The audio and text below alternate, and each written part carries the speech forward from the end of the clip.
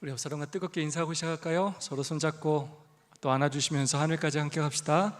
인사해 주시면 감사하겠습니다.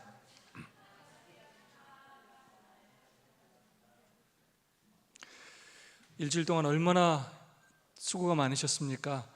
우리를 안전하게 지켜주시고 또 생업에 축복을 주시고 건강 가운데 안식일을 맞이하게 하신 하나님께 진심으로 감사를 드립니다.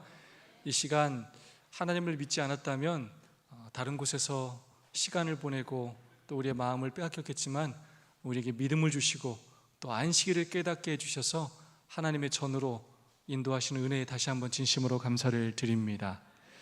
정말로 날씨가 낮에는 많이 덥고 또 아침과 저녁으로는 약간씩 쌀쌀하죠? 하지만 이제 낮 되니까 이제 여름이 다 됐구나라는 생각이 들 정도로 많이 더워진 것 같습니다.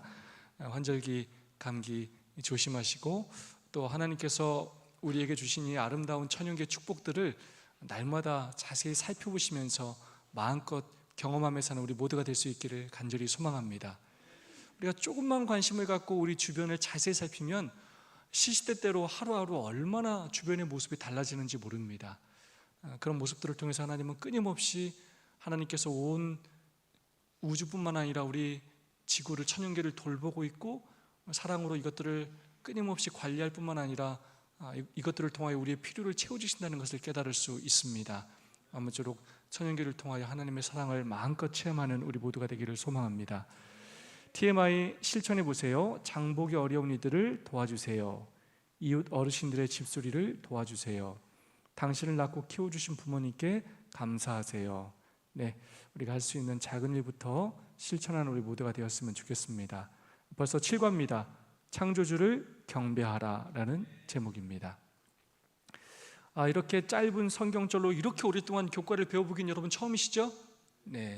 정말로 이번 한 기는 세 천사의 기별에 대하여 아주 세세하게 자세히 살펴보는 그러한 시간입니다. 기억절 말씀 다 함께 한번 읽어볼까요? 우리 주 시작.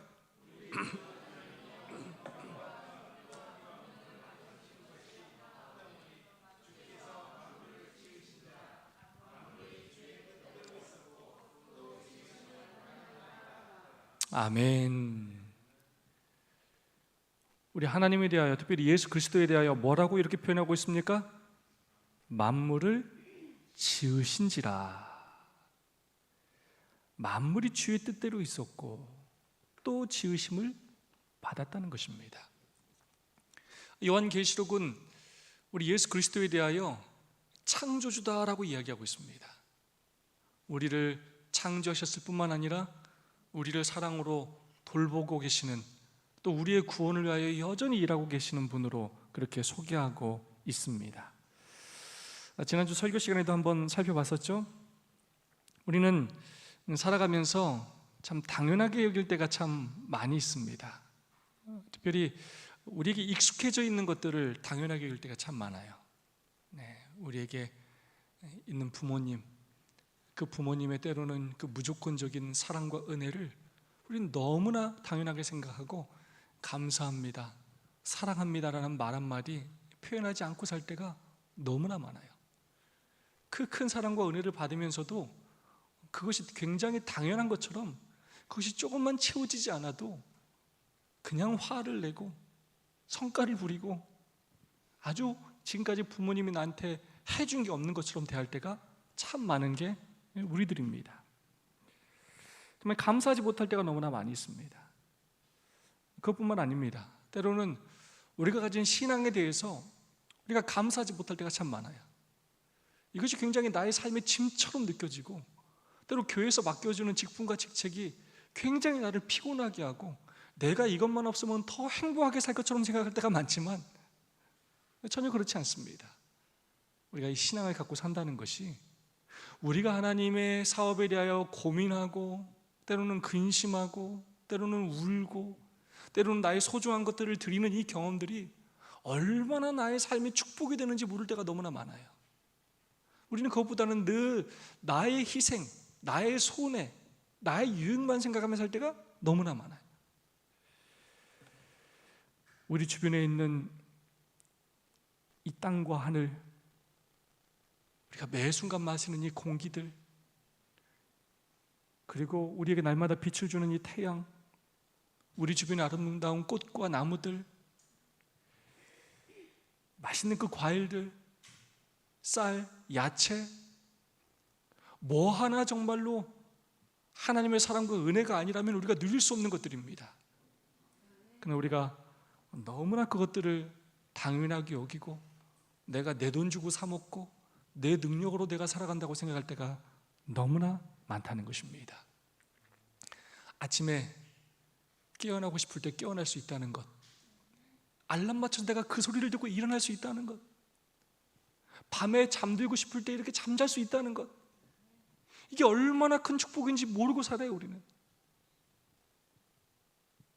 제가 아버님이 이렇게 쓰러지시는 경험을 이렇게 하고 나니까 집에 간다, 집에 가고 싶을 때 집에 가는 것, 내 손을 움직여서 내 몸을 만질 수 있다는 것, 먹고 싶은 것 내 입으로 한번 삼킬 수 있다는 것, 돌아다닐 수 있다는 것, 교회 갈 수 있다는 것, 이 모든 것 하나가 얼마나 귀한 것이고 감사한 것인지를 다시 한번 느끼고 깨닫게 됩니다. 그러면서 다시 한번 뭘 깨달았냐면, 가까이 계실 때, 건강하실 때 더 잘했어야 하는데 라는 그런 후회를 할 수밖에 없는 것이 어리석은 그런 인생인 것 같습니다.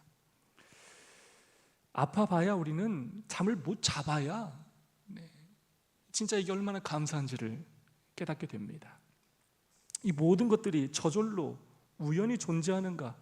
우리가 잘나서 그렇게 우리의 심장이 뛰고 아침에 일어나고 밤에 자고 먹고 마시고 말하고 노래하고 할 수 있는가? 전혀 그렇지 않다는 것입니다. 하나님께서 우리를 만드셨을 뿐만 아니라 지금도 우리의 심장과 우리의 뇌와 우리의 모든 세포 조직을 움직이시면서 오늘도 우리를 살게 하시기 때문이라는 거예요. 여러분이 오늘 교회 온 것도 마찬가지예요. 여러분에게 그런 믿음을 주시고 활기를 주시고 건강을 주셔서 이곳으로 오게 하시는 것입니다. 내 삶에 당연한 것 하나 없었던 것을, 모든 것이 은혜라는 것입니다. 이 당연과 감사는 반비례합니다. 이 자꾸 당연한 것이 많아지면 감사함이 없어지고, 감사한 것이 많아지면 당연한 것이 없어집니다. 우리가 이 안식일 좀 부족하고 또 모자라고 또 속상한 거 있으실지 모르겠습니다. 근데 그것에 너무 집착하지 말고 하나님께서 우리에게 주신 많은 축복들에 더 집중하고 감사하는 이 안식일이 되기를 소망합니다. 그런 마음으로 우리가 더 서로를 사랑하고 돌보면서 우리의 마음이 위로받고 회복을 경험하는 안식일이 되었으면 좋겠습니다. 하나님께, 부모님께, 서로에게 더욱더 감사하는 이 안식일이 되었으면 좋겠습니다. 혼자서는 절대로 행복할 수가 없습니다. 우리가 하나님과 그런 사랑을 경험할 때, 성도들과 그런 사랑을 경험할 때, 또 이웃들과 그런 사랑을 경험할 때만 우리는 행복할 수 있고 은혜를 누리게 되는 것입니다. 5월 7일 일요일 서주입니다. 고난에 동참하는 자. 나 요한은 너희 형제요 예수의 환난과 참음에 동참하는 자라. 하나님의 말씀과 예수를 증언하였으므로 말미암아 반모라는 섬에 있었더니. 네, 요한이 예수님의 제자로 받은 축복 또한 크지만, 그래서 그가 한편으로는 예수님의 제자 가운데 가장 오래 사는 축복을 누리기도 했지만, 사실 요한의 삶이 그리 다 평안했던 것이 아닙니다. 요한은 마지막에 어디로 갔습니까? 반모섬에 유배를 떠나게 되었습니다. 우리가 사도행전을 묵상할 때 오랫동안 묵상하지 않았습니까? 얼마나 외롭고 얼마나 고통스러운 시간을 그가 보냈는지 모릅니다. 그가 예수님을 신뢰하는 그 믿음이 없었다면 견디지 못했을 것입니다. 그러면서 자신을 뭐라고 표현하냐? 예수의 환난과 참음에 동참하는 자라 라고 말씀하십니다. 교과 94페이지에 있는 말씀입니다. 가족, 친구, 기독교 공동체의 지지로부터 분리되어 떨어진 요한은 예수를 따르는 자로서 환난과 근심을 홀로 감당하도록 버림받지 않았다. 그의 사역은 끝나지 않았다. 그의 증언은 아직 끝난 것이 아니었다. 눈부시게 빛나는 고귀한 방문자가 외로운 섬에 있는 요한을 찾아와 하나님의 보좌로부터 온 소식을 직접 전했다. 예수님의 이 기별은 이후 세기에 걸쳐 시간의 통로를 따라 울려 퍼질 것이었다. 아멘. 참 감동적인 말씀이에요. 요한은 분리되었습니다. 물리적으로, 장소적으로, 공간적으로 동떨어진 곳에 가족과 친구, 공동체로부터 완전히 분리되어 있는 그런 상황이었습니다. 아무도 찾아올 수 없는 그런 곳이었어요. 근데 그곳에 누가 찾아오셨다고요? 네, 하나님께서, 예수 그리스도께서 그를 찾아오셨고 그에게 뭐 해주셨어요? 그를 위로해 주셨을 뿐만 아니라 그에게 계시를 보여주셨습니다. 미래의 될 일들을 보여주시면서 그를 위로해 주셨고 그가 살아있는 이유가 무엇인지를 깨닫게 해 주셨다는 것입니다. 외로운 섬에 요한을 찾아와 하나님의 보좌로부터 온 소식을 그가 직접 듣게 되었습니다. 외롭고 고통스러운 시간이었지만 요한만이 누릴 수 있는 놀라운 축복을 요한은 받게 되었어요. 우리가 얼마나 이 요한계시록을 귀하게 여기고 이 말씀을 묵상합니까? 요한이 하나님의 그 고난에 동참하면서 그 외로움을 경험하는 그 순간 그가 이런 축복을 경험하게 되었다는 것입니다. 그리고 이 기별은 이후 세기에 걸쳐 시간의 통로를 따라 계속해서 울려 퍼지는 기별이 되었고 특별히 이 말세에는 더욱더 크게 외치는 기별이 되었다는 것입니다. 하나님은 우리를 버리시는 분이 아니시라는 것입니다. 정말로 모든 사람들로부터 분리되고 외톨이가 되고 쓸모없는 사람처럼 느껴질 때가 있고 하나님이 나와 함께 하지 않으신 것처럼 느껴올 때가 있을지 모르겠지만 전혀 그렇지 않다는 것입니다. 이것은 우리가 누구의 고난에 동참하는 일이라고요? 예수 그리스도의 고난에 동참하는 일에 불과하고 하나님은 그런 우리를 버리지 않고 찾아오신다는 것입니다. 요한의 사역은 끝나지 않았습니다. 비록 그가 반모섬에 있었지만 그를 살게 하신 이유가 있다는 것입니다. 살아있다는 건 다른 말로 아직도 해야 할 일이 있다는 뜻입니다. 오늘 우리가 살아있는 것은 여전히 우리에게 해야 할 일이 있다는 뜻이기도 합니다. 우리의 삶이 고통스럽다 할지라도 또 예수 그리스도의 고난에 동참하는 마음으로 예수님이 우리와 함께 하심을 믿는 마음으로 우리가 해야 할 그 사명이 무엇인지를 깨닫고 죽는 그 순간까지 최선을 다하는 우리 모두가 되기를 소망합니다. 고난에 동참하는 것조차 얼마나 큰 축복인지 기억하는 우리 모두가 되기를 간절히 소망합니다. 82페이지 말씀입니다. 요한계시록의 중심 주제는 예배이다. 우리는 예배하는 존재로 창조되었다. 우리 모두는 무언가 또는 그 누군가를 예배한다. 창조주를 경배하는 참된 예배는 우리로 하여금 삶의 바른 목적과 삶의 이유를 발견하게 해준다. 그것은 우리에게 목숨을 걸 만한 무엇인가를 줄 뿐만 아니라 더 의미심장한 무엇을 위해 살며 필요하다면 환난을 견뎌야 하는 이유를 준다. 아멘. 여러분 굉장히 중요한 말씀입니다. 하나님께서 우리를 창조하셨고 우리를 오늘 또 존재하게 하신다면 하나님은 그 존재하는 모든 것들에게 의미를 부여하실 뿐만 아니라 할 일을 주신다는 거예요. 그래서 오늘 우리가 이렇게 살아있다는 것, 그게 우리가 하나님께 감사하고 하나님을 예배할 이유이고 오늘 우리가 고통 중에 있다 하더라도 여전히 우리를 통하여 이루시고자 하는 일이 있다는 것입니다. 다른 말로 우리는 쓸모없는 존재가 아니라는 거예요. 우리가 하나님 앞에 와서 예배한다는 의미는 무엇이냐면 나는 여전히 하나님의 도구로 사용되어짐을 믿는다는 의미인 것입니다. 아무리 고통스럽고 육체적인 질병과 정신적인 문제와 어려움이 있다 하더라도 우리가 하나님을 예배할 수 있다는 건 그런 나도 여전히 살려주시고 여전히 할 일을 주셨음에 감사한다는 의미를 가지고 있는 것입니다.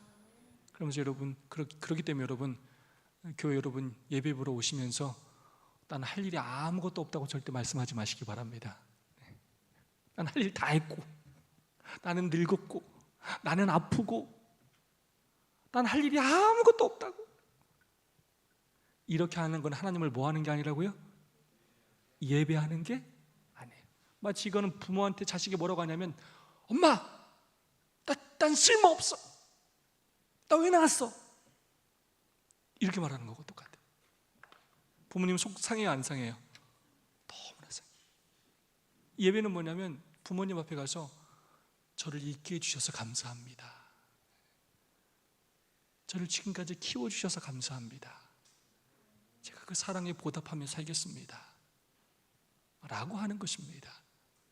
그러므로 우리가 고난에 있든 또 기쁨과 행복 중에 있든 늘 하나님께 그렇게 예배하는 자가 되기를 간절히 소망합니다. 사도행전 14장 22절입니다. 하나님의 나라에 들어가려면 많은 환난을 겪어야 할 것이라. 이거 누가 말한 내용입니까? 사도 바울이 언제 한 내용인지 아십니까? 돌에 맞은 다음에 한 얘기예요. 돌에 맞은 다음에. 돌에 맞아서 죽을 뻔한 다음에 그가 뭐라고 그랬냐면, 하나님의 나라에 들어, 남들이 다 걱정해서 이 사도 바울 죽으면 어떡하나? 사도 바울이 뭐라고 하냐면, 하나님 나라에 들어가려면 뭘 겪어야 된다고요? 많은 환난을 겪어야 할 것이라 하고 곧바로 일어나서 또 복음을 전하러 갔어요. 안에 이렇게 한 게 아니라고요.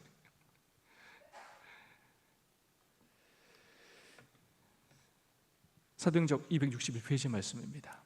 그들은 저희 주님이 당하신 것처럼 혹독한 시련을 당하나 고통으로 인하여 기분이 상하거나 마음의 평화를 깨뜨리지 아니한다. 그들은 잘 견디기만 한다면 그 시련이 그들을 세련되고 순결하게 할 것이며 그리스도와 더욱 밀접히 교제하게 하려는 사실을 안다. 그리스도의 고난에 참여하는 자들은 또한 그분의 위로에 동참하는 자가 되고 마침내 그분의 영광을 나누어 가지는 자가 될 것이다. 아멘. 우리가 당하는 고난에 정말 여러 종류가 있을 수 있어요. 사단으로부터 당하는 고난도 있을 것이고, 때로는 우리 연약함 때문에 서로 부딪히면서 오는 그런 갈등으로 인한 고난들도 있을 수 있습니다. 그 고난의 모습이 다르다 할지라도 오늘 우리가 기억해야 하는 것은, 우리에게 어떤 고난이 닥쳐온다 하더라도 우리가 그 고난 때문에 하나님께서 우리에게 맡겨주신 일을 멈추지 말아야 한다는 것입니다. 사단이 원하는 건 바로 그거예요. 누구 때문에 안 하고 뭐 때문에 안 하고, 이게 사단이 가장 원하는 거예요. 그런 시험에, 그런 유혹에 빠지지 말아야 합니다. 마지막에 넘어진다는 건 사실 다 그런 의미예요.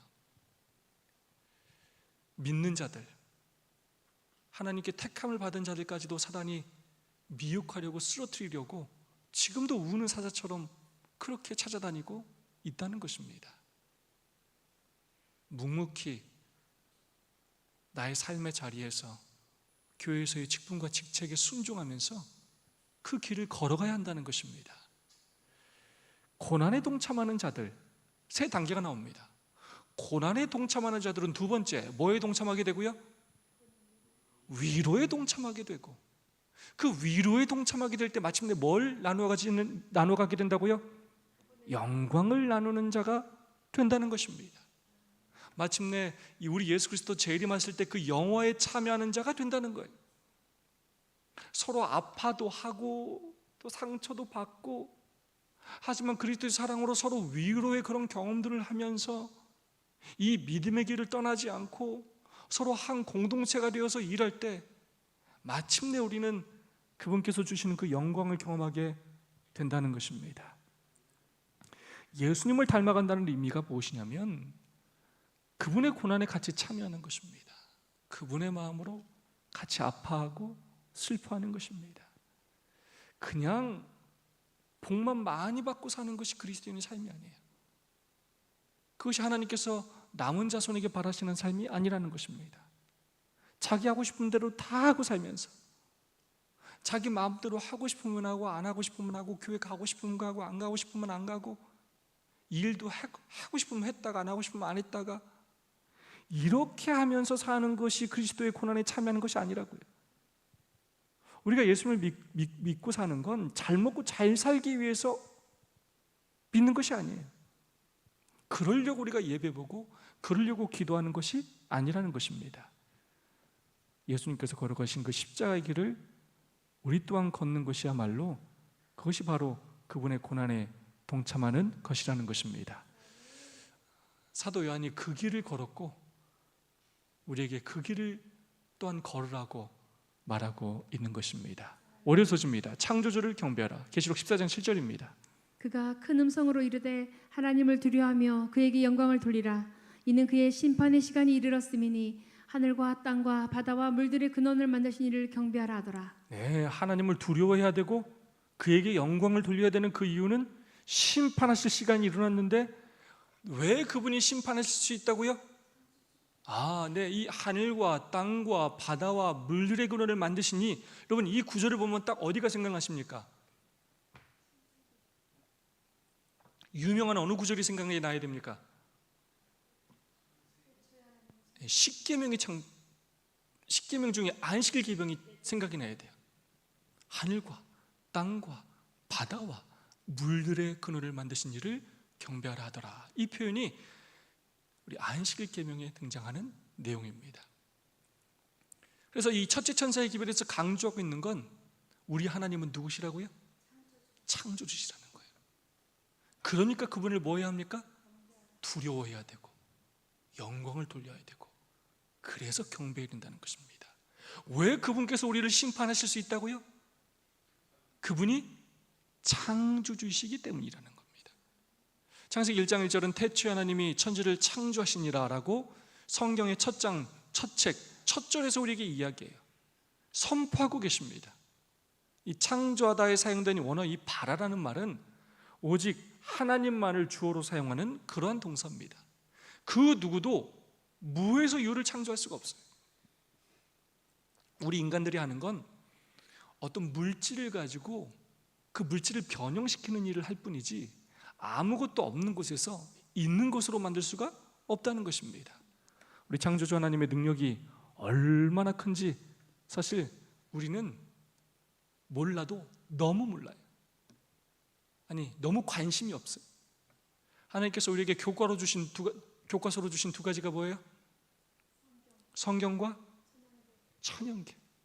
우리가 사실 이 성경만 깊이 연구해도 하나님의 능력이 얼마나 큰지를 깨닫게 돼요. 우리가 이번 주에 묵상한 우리 선지자 왕만 묵상해도 여러분이 하나님의 능력이 얼마나 큰지 우리가 깨닫지 않습니까? 성경을 깊이 연구하면 하나님이 얼마나 능력이 많으시는 분인지를 전지전능하신 분인지를 우리가 깨닫게 되고, 특별히 또 우리가 천연계를 깊이 연구하기만 하면 아무리 작은 벌레에서부터 우주를 연구하다 보면 이 모든 것들이 얼마나 놀라운 능력에 의해 창조됐는지를 깨닫게 된다는 것입니다. 교과 96페이지에 이런 말씀이 있습니다. 태양은 1초 동안에 인류가 태초로부터 석유, 가스, 석탄 또는 불로 생산한 모든 것보다 더 많은 에너지를 생산한다. 태양의 직경은 약 139만 킬로미터이며 지구 크기 행성 100만 개를 담을 수 있다. 그러나 태양은 우리 은하인 은하수에서 적어도 1000억 개가 되는 별 중에 하나일 뿐이다. 피스톨 별이라 불리는 별 하나는 태양이 만들어내는 힘의 1000만 배나 되는 힘을 발산한다. 태양 크기의 별 100만 개가 피스톨 별의 크기 안에 쉽게 들어갈 수 있다. 아멘. 여러분, 우리가 언제 태양을 주셨다고 감사하며 산 적 있습니까? 우리 언제 비 오면 비 온다고 감사하는 적 있습니까? 아우, 또 비 오냐, 아우. 우린 그런 생각 하나도 안 하고 살아요. 우린 너무 이기적이어가지고 내 계획과 내 스케줄만 생각하고 살아. 나 불편하면 다 싫어. 근데 우리 하나님은 다 챙기셔야 돼요. 지금 챙길 게 한두 가지가 아니에요. 지금 우리처럼 시야가 좁아가지고 내 것만 생각하시는 분이 아니라 지구 전체를 다 돌보셔야 돼요. 우리가 생각하지도 않는 이 풀, 벌레, 나무, 사람의 손이 닿지 않는 그 모든 것들을 하나님은 다 돌보고 유지하고 계시다는 것입니다. 태양이 하루만 빛을 비치지 않아도 우린 다 죽을 것입니다. 우리가 몰라서 그렇지 정말로 이 천연계 질서 가운데 뭐 하나만 흐트러져도 우린 다 죽을 수 있어요. 달만 사라져도 우리는 어마어마한 재앙을 맞이하게 됩니다. 하나님께서 얼마나 놀라운 섭리로 이 모든 것들을 창조하셨을 뿐만 아니라 유지하고 계신지 우리는 정말로 그 사랑과 은혜에 감사해야 하고 그 능력을 우리는 조금이라도 깨달아야 깨달아 알아야 된다는 것입니다. 이 태양이 우리 은하인 은하수에 적어도 몇 개가 있다고요? 1000억 개 되는 별 중에 하나일 뿐이라는 거예요.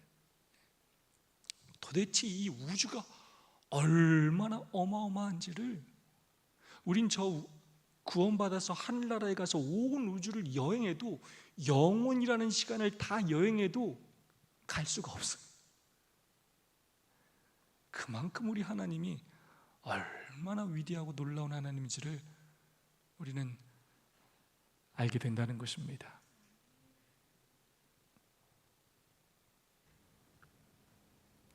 태양계 내에 있는 행성들입니다.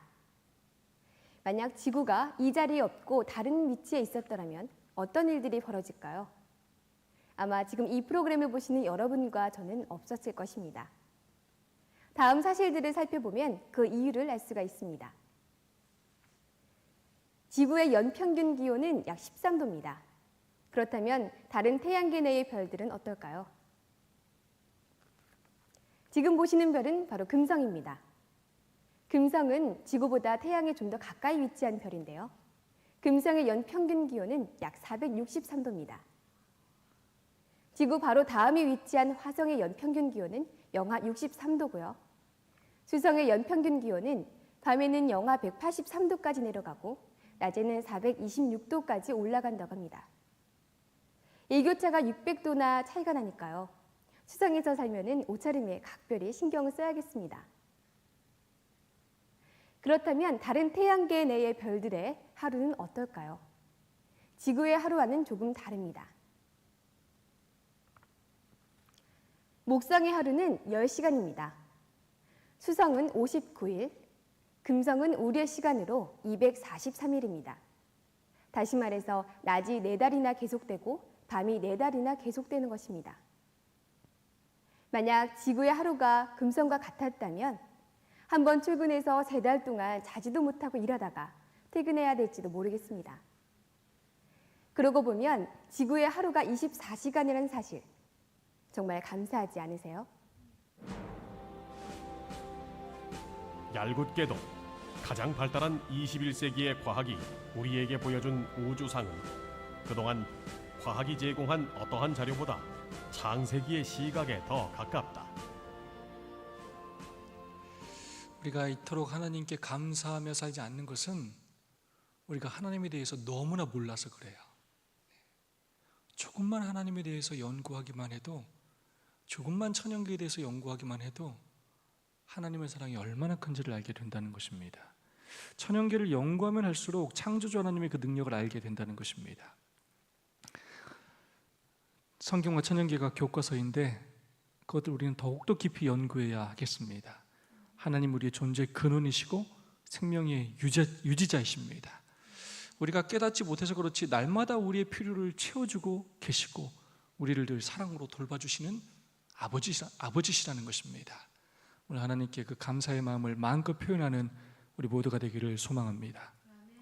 관서줍니다. 친밀하신 하나님, 마태복음 6장에 있는 말씀입니다. 내가 너에게 말하노니 솔로몬의 모든 영광으로도 입은 것이 이 꽃 하나만 갖지 못하였느니라.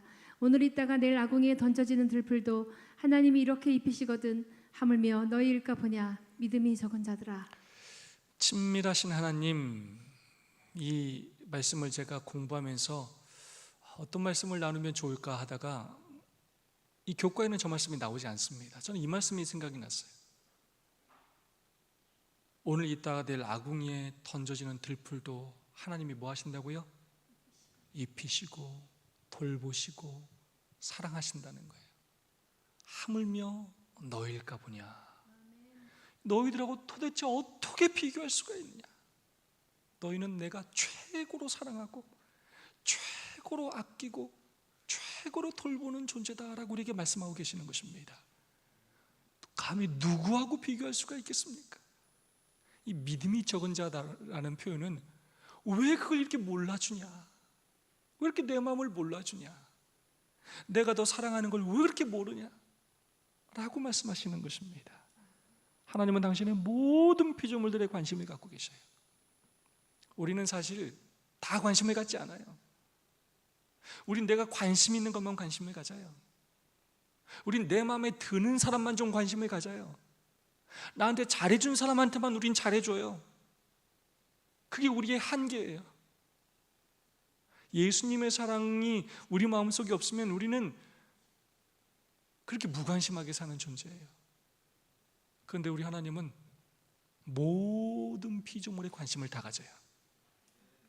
그래서 우리 하나님이 사랑의 하나님이십니다. 정말 사랑이 많으신 분이에요. 당신 말씀 안 듣고 오늘도 안식일 안 지킨 사람들한테는 햇빛도 좀 안 비치고 비도 좀 안 주고 숨도 좀 덜 쉬게 하고 뭐 이러면 좋겠는데 이렇게 안 하십니다. 여전히 은혜를 베풀어 주셔요. 여전히 기회를 주셔요. 우리를 가장 귀하게 여기신다는 것입니다. 우리 친밀하신 하나님, 너희에게는 머리털까지 다 세신 바 되었나니.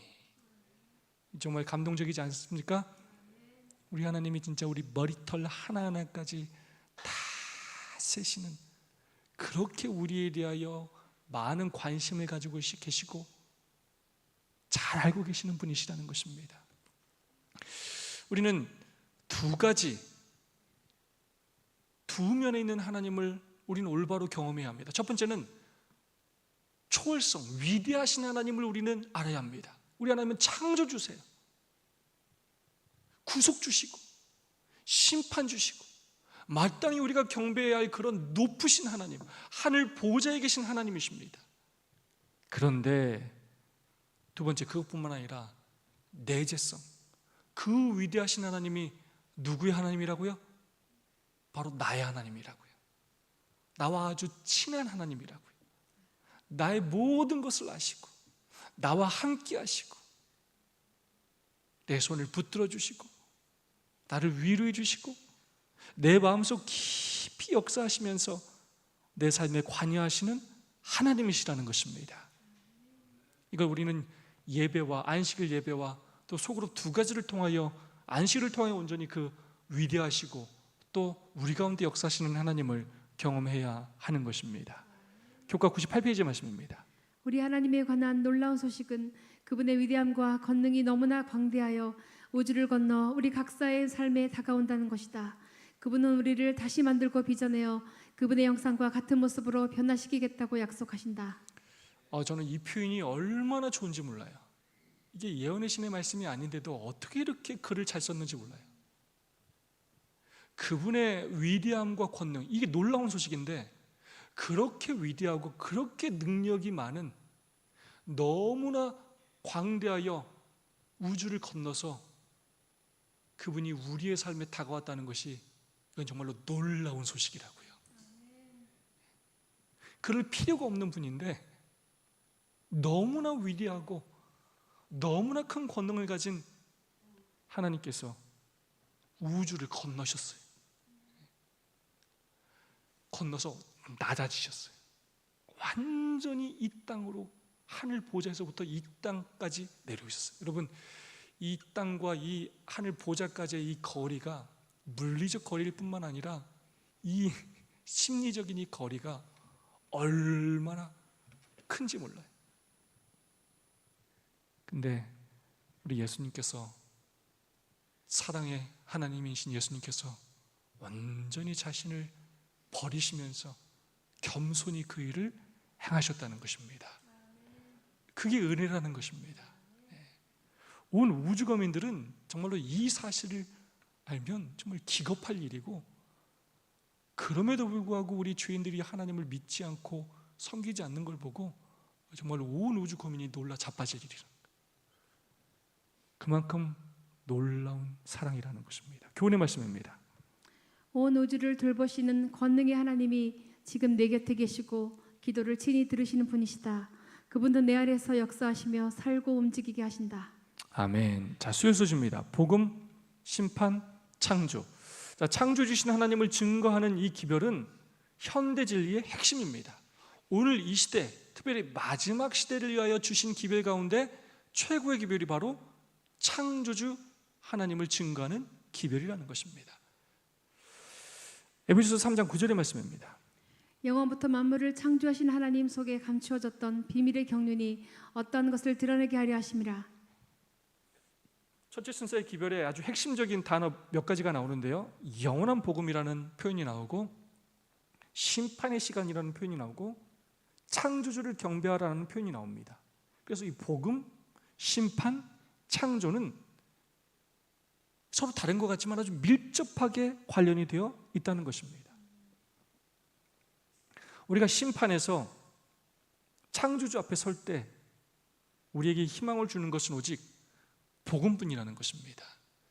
예수님이 우리의 구속주가 되어주시고 창조주실 뿐만 아니라 구속주이신 그분이 마침내 우리를 뭐 하신다고요? 심판하신다는 것이 우리에게는 복음이라는 것입니다. 비밀의 경륜이 어떠한 것을 드러나게 하셨다. 그 아들 안에서 우리가 속량 곧 죄사함을 얻었도다. 만물이 그에게서 창조되되. 그래서 우리 예수님이 창조실 뿐만 아니라 구속주이시고 그분이 마침내 우리를 심판하신다라고 말하고 있습니다. 우리는 주님께 두 배나 아주 소중한 사람들이에요. 아주 귀한 존재들이에요. 첫 번째, 왜냐? 그분이 우리를 창조하셨어요. 그러나 우리가 죄로 인하여 죽을 수밖에 없게 됐을 때 우리를 버리지 않으시고 당신의 자녀인 우리를 위하여 그분께서 하늘 보좌를 버리시고 육신을 입고 이 땅에 오셔서 자신의 피로 우리의 죄값을 치러주심으로 십자가에 달려 돌아가심으로 우리의 구속주가 되셨다는 것입니다. 그래서 창조주이신 분만이 우리의 구속주가 될 수 있고, 창조주와 구속주를 이 두 가지를 경험한 분만이 우리를 심판하실 수가 있습니다. 아무것도 없는 우리를 그분께서 흙으로 빚으시고 생기를 불어넣으셔서 사람이 되게 하셔서 영원히 살게 하셨지만 우리에게 자유의지를 주셔서 선택권을 주셨고, 아담과 하와가 잘못된 선택으로 인하여 모든 사람이 첫째 사망을 당할 수밖에 없게 되었을 때 예수 그리스도를 보내셔서 새로운 기회를 모든 인간에게 주셨습니다.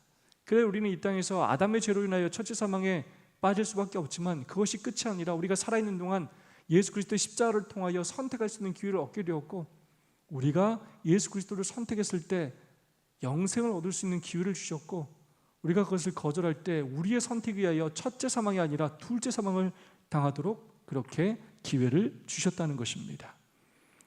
그러므로 창조해 주신 하나님만이 우리를 구원하실 수 있고, 그렇기 때문에 그분만이 우리를 심판하실 수가 있다는 것입니다.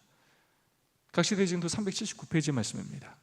하나님의 심판대를 알려주고 하나님을 두려워하고 경배하라는 요한계시록 14장의 첫째 천사의 기별은 하나님의 백성이라고 공언하는 사람들로 하여금 세상의 부패한 가마에서 떠나게 하고 세속화되고 타락한 그들의 참 상태를 보도록 그들을 일깨워주기 위하여 주어진 기별이었다.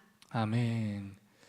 우리를 통하여 끊임없이 세상의 부패한 가마에서 떠나고 하나님께서 창조하신 것들을 바라보고 마지막 때를 또 깨닫고 끊임없이 우리로 하여금 우리의 몸과 마음과 눈이 하늘을 향하게 하시기 위함이라는 것입니다.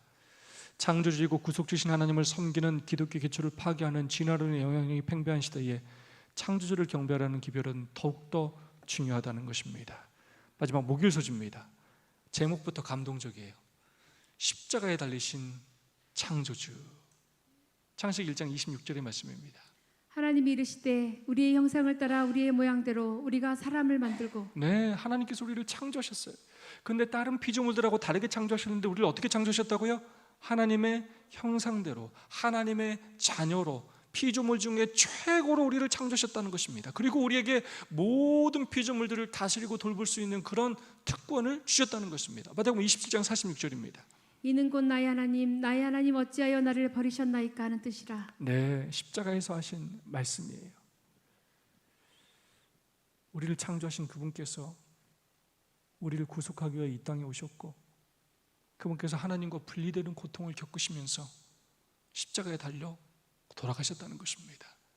사람의 모양으로 나타나사 자기를 낮추시고 죽기까지 복종하셨으니 그 십자가의 죽으심이라. 야, 어떻게 창조주께서 피조물들에게 돌아가실 수 있단 말입니까? 어떻게 자기 부모를 그렇게 십자가에 못 박아 죽일 수 있단 말입니까? 그 하나님의 사랑이, 그 예수님의 사랑이 얼마나 큰지를 우리는 정말 도저히 깨달아 알 수 없을 정도로 크고 놀랍다는 것입니다. 창조주시고 구속주시고 심판주이신 그 예수님의 사랑을 우리가 깊이 깨달아 알아야 하겠습니다. 교과 103페이지의 말씀입니다. 예수님이 인간으로 이 땅에 오시기 전에 그분을 알았던 존재들에게는 이것은 얼마나 놀라운 광경이었을까. 하늘의 존재들도 그를 경배하는 것은 당연하다. 그렇다면 그분의 피로 구속받은 우리가 우리의 창조주 구속주이신 그를 경배하는 것 외에 다른 무엇을 할 수 있겠는가? 예수님께서 인간으로 이 땅에 오시기 전에 그분을 알았던 존재들에게는 이건 정말로 놀라운 일이에요. 그냥 지구를 싹 쓸어 없애도, 재도 남지 않을 정도로 싹 쓸어 없애도 시원찮을 판이에요. 근데 그런 곳에서 예수님께서 오셔가지고 예수님이 올 때 대접하는 것만 보고도 그냥 지구를 싹 없애도 될 판이에요. 근데 그 예수님을 그렇게 대우하는 이 죄인들을 하나님도 참으시고, 여러분, 1,004명으로 그냥 하루 밤에 18만 5천 명으로 그냥 잠깐에서 없앨 수 있는 분이 하나님이세요. 말씀으로 그 모든 것들을 창조하시고 있게도 하시고 없게도 하시는 분이 하나님이세요. 근데 그 오랜 시간 동안 하나님께서 죄악에서 사시는 그 예수님을 그렇게 홀대하고 천대하고 핍박하는 그 인간들을 참으신 것입니다. 하늘의 존재들도 그를 경배하는 것이 당연한데 우리처럼 이렇게 놀라운 사랑과 축복을 받은 우리가 하나님을 경배하는 것은 너무나 당연한 것이 아닌가. 우리가 그를 경배하는 것 외에 다르게 할 수 있는 일이 무엇이 있겠는가 라고 말하고 있습니다. 선지자왕 396페이지입니다. 국적이나 인종이나 계급에 의한 차별을 하나님께서는 인정하지 않으신다. 하나님께서는 온 인류의 창조주이시다. 모든 사람은 창조에 의하여 한 가족이 되었고 구속을 통하여 하나가 되었다. 그리스도께서는 모든 분리의 장벽을 헐어버리시고 성전 마당의 모든 칸막이를 열어젖혀서 모든 영혼이 자유로이 하나님께 나아갈 수 있게 하기 위하여 오셨다. 아멘. 아마 이게 다음 주 묵상 말씀일 것 같습니다. 예수님께서 우리를 창조하셨기 때문에 우리는 한 가족이 됐어요. 다 우리 뿌리가 올라가면 누구예요? 하나님이셔요. 근데 그것뿐만 아니라 이제 예수께서 십자가에 달려 돌아가시고 우리를 구속하심으로 우리가 그리스도 안에서 한 형제 자매가 되었기 때문에 우리는 또 한 가족이 되었다는 것입니다. 모든 장벽을 헐어버리시고 성전마당의 모든 칸막이를 열어 젖혀서 우리 모두로 하여금 자유롭게 하나님께 나아갈 수 있게 하기 위하여 예수님께서 오셨다는 것입니다. 우리를 창조하셨을 뿐만 아니라 우리를 구속하셨고 마침내 우리를 심판하시기 위하여 영원한 안식과 구원을 주기 위하여 오신다는 것입니다. 우리 창조주 하나님을 기쁜 마음으로 섬기면서 많은 행복과 축복을 경험하면서 사시는, 그리하여 하나님을 늘 기쁘고 행복하게 하는 저와 여러분 모두가 될 수 있기를 간절히 소망합니다.